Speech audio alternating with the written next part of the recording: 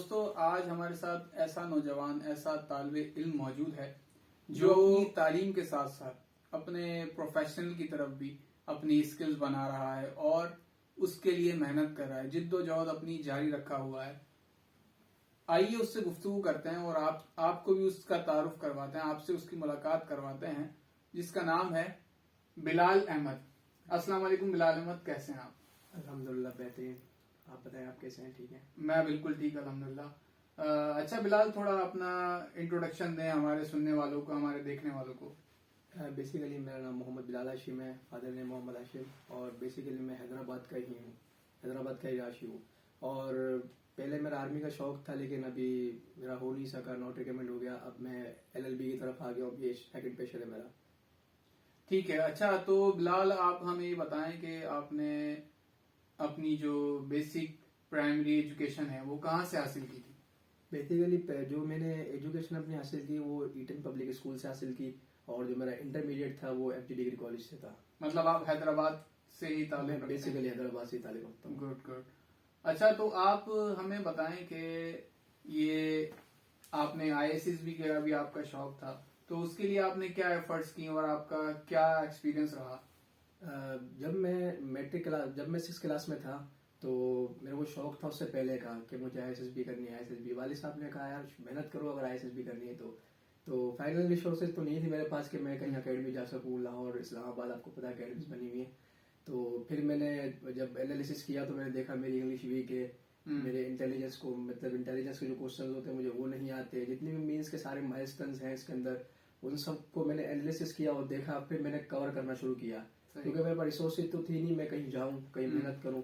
तो फिर घर पे ही मैंने इंग्लिश मतलब के बहन भाइयों के साथ और नॉवेल्स पढ़ना और लिसनिंग करना, फिर क्योंकि जस्तुजू थी, मुझे शौक था, बिल्कुल। तो फिर मैंने इस पे काम किया और घर पे ही मेहनत की मैंने, और फिर मैंने माशाल्लाह टेस्ट वगैरह सारे क्लियर कर लिए। आप हमें ये बताएं कि ये ISSB क्या होता है? बेसिकली ISSB एक इंटर सर्विस सिलेक्शन बोर्ड है, जो कि अगर हम बात करें इंटरमीडिएट के बाद आर्मी से वाहिद एक इदारा है जो कि एक इंटरमीडिएट लेवल पे एक 17 ग्रेड की ऑफर, मतलब जॉब ऑफर करती है। तो ये बहुत जबरदस्त एक अपॉर्चुनिटी है कि पाकिस्तानी यूथ के लिए कि वो इसको अवेल करें। ISSB के अंदर 3 फोर्सेस होती है, जिसमें पाकिस्तान एयरफोर्स होती है, नेवी होती है और आर्मी होती है। इनके मतलब कि कमीशन जो मतलब कि कैंडिडेट्स होते हैं उनको ISSB सेलेक्ट करती है। सही। तो इसका क्या प्रोसेस होता है? अगर जो स्टूडेंट्स हमारे तालिबा इल्म चाहते हैं कि वो ISSB करें, तो उनको किस प्रोफार्मा से गुजरना पड़ेगा?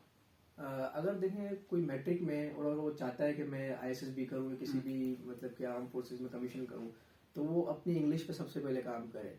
कि इंग्लिश की अगर हम बात करें कैडेट्स की, वो एक उनको मतलब कि माहौल मिलता है कि वो ट्रेनिंग भी करते हैं, सुबह सुबह जल्दी उठते हैं, फिजिकली फिटनेस भी होती है। अगर हम अपनी बात करें, हम गरीब जो लोग हैं, तो वो तो मेहनत करके ही फिर आगे आएंगे ना, वो अपनी इंग्लिश को इम्प्रूव करें, फिजिकली फिटनेस करें वो। तो ये सारी चीजें मैं समझता हूँ कि मैट्रिक के बाद अगर बंदा अगर कमीशन करना चाहता है तो वो इंग्लिश को सबसे पहले अपने इम्प्रूव करे।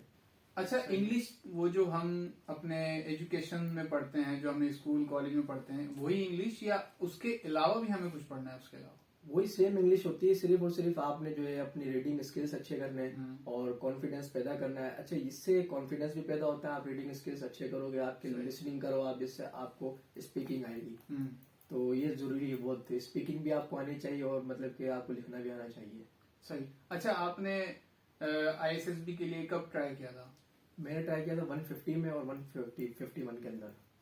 अच्छा, तो क्या एक्सपीरियंस रहा आपका? कहाँ आपके लूप होल्स रहे? मेरे अल्हम्दुलिल्लाह बहुत जबरदस्त जर्नी रही मेरी, और मैं समझता हूँ कि ये मेरा पैशन था, और नहीं हो सका ना तो कोई मसला नहीं, अल्लाह ने इससे बड़ा कोई मेरे लिए लिखा होगा कहीं ना कहीं।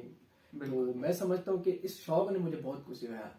मैं कुछ भी नहीं था शौक, मैं मतलब कि मुझे इंग्लिश नहीं आती थी, मुझे एनालिसिस करना नहीं आती थी, बहुत सारी चीजें, मैं डल था, कॉन्फिडेंस नहीं था, बहुत सारी चीजें थी, बहुत सारी। लेकिन इसको जब मैंने चाहा, कॉन्फिडेंस इसको मतलब करना चाहा आर्मी को, तो कॉन्फिडेंस मेरे अंदर आया, स्पीकिंग पावर मेरे अंदर आया, मैं आंखों में आंखें डाल के बात कर सकता हूँ किसी से अल्हम्दुलिल्लाह। और मीन्स के बहुत सारी चीजें मैं फेस कर सकता हूँ अल्हम्दुलिल्लाह। ये समझ लो इस शौक ने मुझे बहुत कुछ सिखाया, बहुत कुछ। नहीं हासिल कर सका तो क्या हुआ, अल्लाह पाक ने कहीं कुछ ना कुछ और अच्छा लिखा मेरे लिए, लेकिन सिखाया बहुत कुछ मुझे अल्हम्दुलिल्लाह।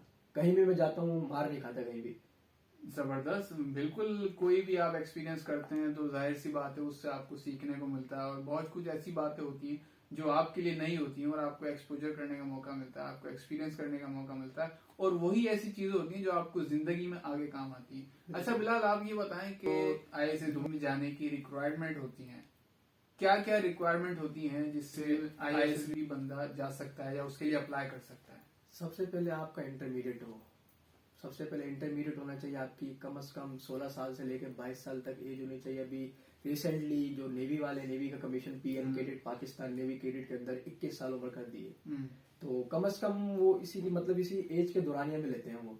22 साल एज इनफ है आर्मी के लिए, 22 साल और 3 महीने अपर रिलैक्सेशन, तो इतनी एज होनी चाहिए आपकी। बस बाकी सारी चीजें कॉमन सी हैं आपकी, मतलब प्रिपरेशन होनी चाहिए बस, जो है आप सुबह से शुरू से करते हुए आ रहे प्रिपरेशन वो आपकी होनी चाहिए बस। अच्छा, मैक्सिमम एज जो है वो 22 और 3 मंथ्स अपर रिलैक्सेशन। अच्छा, रिलैक्सेशन है, ठीक है। तो बिलाल अभी आप क्या कर रहे हैं? रिसेंटली मैंने कभी सोचा भी नहीं था मैं LLB में आऊंगा, लेकिन अभी वाली साहब मतलब उन्होंने कहा, और मेरे पास बिकॉज मेरे जो मार्क्स थे वो बहुत कम थे, और मैंने यूनिवर्सिटी के अंदर अप्लाई किया मेहरान के अंदर, और इतने रिसोर्सेज भी नहीं थे। सबसे पहले तो मैंने अपने अबू को कहा मुझे जाना है इस्लामाबाद तैयारी करने के लिए, अब मैं CSS करूंगा। तो वाली साहब ने, फिर मैं समझ गया क्योंकि रिसोर्सेज का थोड़ा इशू है आपको पता है, तो फिर मैंने जो है नहीं कहा, फिर मैंने बोला चलो यही मेहनत करेंगे, करने वाले तो फिर आपको पता है झोपड़ी में मेहनत करके कुछ ना कुछ बन जाते हैं। बिल्कुल। तो फिर मैंने लॉ में एडमिशन लिया, मेरी परसेंटेज चूंकि कम थी, तो फिर मींस के अल्हम्दुलिल्लाह एडमिशन मेरा हो गया, लेट में मेरे मार्क्स भी अच्छे आ गए, और अभी मैं 3rd सेमेस्टर का स्टूडेंट हूँ, जिना लॉ कॉलेज में पढ़ रहा हूँ मैं। जबरदस्त। आगे का क्या इरादा है आपका, क्या करना चाहते हैं, क्या बनना चाहते हैं? आगे अभी तो मैं LLB कर रहा हूँ, और मैंने जैसा ट्रायल्स होते हैं, मूट कोर्ट कंपटीशन होता है लॉ की फील्ड के अंदर, तो उसमें मैंने अप्लाई किया माशाल्लाह, अभी तो मेरा 5वें नंबर पे नाम आया। जबरदस्त। तो 4 बंदे जाने थे जिसमें से मैं फिर रह गया। मैं उसमें भी मतलब कि इंटरनेशनल लेवल पे इश्यूज को डिस्कस किया जाता है, जो ट्रायल्स होते हैं ना, सही, तो उसमें फिर मैंने अप्लाई किया, लेकिन अब मैं कोशिश कर रहा हूँ हर प्लेटफॉर्म पे अपने आप को इमर्ज करूँ। नहीं देखें, हर प्लेटफॉर्म पे तो बंदा अपने आप को इमर्ज नहीं कर सकता ना। एक बंदे का शौक होता है, एक पैशन होता है, एक उसका ट्रैक होता है कि उसको कहाँ जाना है, तो उसी पे चलेगा तो कामयाब रहेगा ना। ऐसे तो नहीं कि वो मुख्तलिफ गलियों में भटकता रहे, तो ऐसे तो कामयाबी नहीं मिलेगी। बेसिकली फर्स्ट मेरा पैशन आर्मी था, जैसे मैंने आपको बताया, और सेकंड मेरा कमीशन CSS अभी, तो ठीक है। अब उसके साथ साथ मुझे डेफिनेटली जॉब भी करनी पड़ेगी, क्योंकि मैं घर का बड़ा हूँ, बाकी सारे मामला थे उनको भी टैकल करना पड़ेगा। तो दैट्स व्हाई कि मैं जॉब्स के लिए, छोटी मोटी जॉब्स के लिए अप्लाई कर रहा हूँ। मुझे परवाह नहीं है कि मुझे बड़ी जॉब चाहिए, छोटी मोटी कोई मिल जाए, मतलब कि जहाँ कहीं भी अल्लाह ताला ने नसीब लिखा होगा, फिर उसको भी मैं मतलब मेंटेन करूंगा साथ साथ, और आगे भी फर्दर स्टडी को कंप्लीट करूंगा, फिर मींस के आगे करूंगा CSS। अच्छा, आपकी मतलब ख्वाहिश है कि आप तो पहले फाइनेंशियल स्ट्रांग हो जाएं, चाहे वो कोई भी स्टेप हो। जाहिर सी बात है, स्टेप चढ़ चढ़ के ही बंदा तरक्की करता है, तो अल्लाह करे आपको कोई फाइनेंशियल ये जो आप चाह रहे हैं वैसा हो जाए। और अपने आप को 5 साल में कहाँ देखते हैं आप? मैं अपने आप को 5 साल बाद इंशाल्लाह कमीशन ऑफिसर देखता हूँ CSS।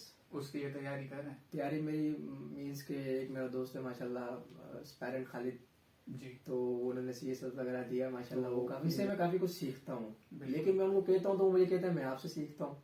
मैंने कहा ये कैसी बात है? देखिए, ये एक समझदार आदमी की निशानी है कि वो हर एक बंदे से सीखता है। ठीक है, इंसान हमेशा सीखता रहता है। अब वो अपने छोटे से भी सीख सकता है और अपने बड़ों से भी सीख सकता है।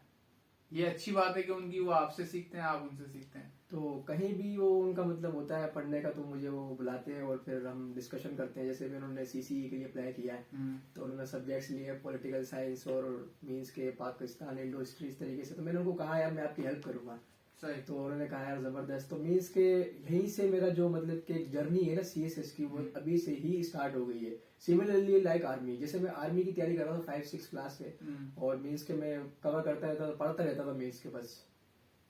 अच्छा बिलाल, एक मुझे लूप होल्स आपकी उसमें जर्नी में नजर आ रहा है कि आप जैसे कि बता रहे हैं कि मैं 5-6 से तैयारी कर रहा हूँ SSB की, उसके बावजूद भी आपने 2 अटेम्प्ट में क्लियर नहीं किया। बेसिकली आर्मी का एक अपना एक रिक्वायरमेंट है, उनका एक तरीकेकार है। अगर उस पे जैसे 14 क्वालिटीज ऑफ ISSB स्टूडेंट, तो उनकी कुछ क्वालिटीज होती हैं, decision making, determination, consistency, like that, बहुत सारी क्वालिटीज है। अगर उन पे कोई भी बंदा हो, अब जरूरी नहीं कोई नॉट रिकमेंड हो गया तो वो फाल्ट है, फेलियर एक तरीके से, नहीं ऐसा नहीं है। उनकी एक रिक्वायरमेंट है, रिक्वायरमेंट पे जो कैंडिडेट पूरा उतरता है उसको वो सेलेक्ट करते हैं। अब ये नहीं कि मैं नॉट रिकमेंड हो गया मींस मेरा कोई है नहीं, ऐसा नहीं है बिल्कुल। अच्छा, आप डिसअपॉइंटेड तो नहीं हुए इस जर्नी से? थोड़ा बहुत मैं रहा डिसअपॉइंटेड। मेरी वालदा ने मुझे कहा बेटा मुझे पता है आप थोड़ा सा डिसअपॉइंटेड हो, आप बताओगे नहीं लेकिन मुझे पता है, लेकिन मैं थोड़ा सा फिर रहा। लेकिन मैंने सोचा कि यार पहाड़ों के अंदर एक छोटी सी चींटी को जब अल्लाह रिस्क पहुंचा रहा है तो मैं तो फिर भी एक इंसान हूँ, तो मेरे लिए कुछ ना कुछ लिखा होगा उसमें अपने मेरे। तो मैं इस सोच के साथ फिर आगे कंटिन्यू हो गया। ठीक है, और ये आप जो एलएलबी कर रहे हैं उसके अंदर क्या जर्नी है, क्या स्केड्यूल है? और उसके अंदर ये है कि सुबह में मैं डेली कॉलेज जाता हूँ, क्योंकि शुरू से ही मेरे वालिद साहब मतलब स्ट्रिक्टनेस है पढ़ाई के मामले में बहुत ज़्यादा है। तो मैं डेली कॉलेज जाता हूँ, आफ्टर डैट फिर मैं आता हूँ, नमाज वगैरह पढ़ता हूँ और फिर अपनी स्टडी करता हूँ। फिर शाम में जिम वगैरह रूटीन है, फिर बाकी एक दो ट्यूशन है शाम में, उनको मैं टीच करता हूँ। सही। और अच्छा, सीएसएस के लिए क्या टाइम दे रहे हैं? स्केड्यूल आपके स्केड्यूल में तो सीएसएस के लिए कोई टाइम ही नहीं है। सीएसएस के लिए दोपहर में थोड़ा टाइम है कि अभी मेरे जो सब्जेक्ट्स हैं वो स्लाइड से हैं, मीन्स के पूरे नहीं है। जैसे अभी पॉलिटिकल साइंस मेरा सब्जेक्ट है अभी सेमेस्टर का, सही। और ऑलरेडी सीएसएस का भी ही एक सब्जेक्ट है ये। तो उसमें जो थोड़ी सी आउटलाइन है उसको मैं डिस्कस करता रहता हूँ, पढ़ता रहता हूँ। जैसे फॉर्म्स ऑफ स्टेट हो गया, सीएसएस के अंदर भी इस तरीके से मीन्स आते रहते, तो मैं टैकल कर लेता हूँ। और उसके अलावा फिर खालिद भाई शाम में आते हैं, दोस्त मेरे जैसे मैंने आपको बताया, तो उनके साथ थोड़ा सा मेरा हो जाता है, तो उनके साथ भी मजा आता है, मतलब सीखने को बहुत कुछ मिल जाता है उनसे मुझे। तो खालिद आपके मेंटर हैं? खालिद भाई जी बिल्कुल, दोस्त भी है, भाई भी है, मेंटोर भी है मेरे वो। सही। अच्छा, क्या कहना चाहेंगे हमारे जो सुनने वाले हैं, हमारे तलबा तालिबात हैं, हमारे नौजवान हैं, उनको क्या कहना चाहेंगे? उनके लिए मैं एक ही पैगाम दूंगा कि मेहनत करें। जो काबिलियत है ना, कैपेबिलिटी, जो एबिलिटी है, रंग नहीं देखती ना नस्ल देखती है। सही। If you have talent you can spark, you can rock anywhere. अगर आपके अंदर टैलेंट है, अगर आप मेहनत कर सकते हो, करोगे, तो फिर आप कहीं भी रॉक कर सकते हो। डजंट मैटर आपकी कास्ट से कोई फर्क नहीं पड़ता, ना आपके रंग से फर्क पड़ता है, कुछ भी नहीं। बिल्कुल। अल्लाह ताला के नबी आखिरी खुतबे में उन्होंने जैसा कि फरमाया, और ऐसा बिल्कुल है। आप देख सकते हैं कि दुनिया के अंदर जितने भी नौजवान उभरे हैं जिन्होंने मेहनत की, उनकी मुख्तलिफ कास्ट थी, ना कि वो एक कास्ट से बिलोंग करते हैं। ये नहीं कि मैं इनको यही मशवरा दूंगा अपनी यूथ को कि मेहनत करें और सामने उभर के आए। जैसा कि कायद आज़म ने कहा कि नौजवान मुस्तकबिल के मार हैं, सरदार हैं। तो पाकिस्तान को ऐसे मुस्तकबिल नौजवानों की जरूरत है जो पाकिस्तान के मुस्तकबिल में कुछ अच्छा कर सके। जबरदस्त।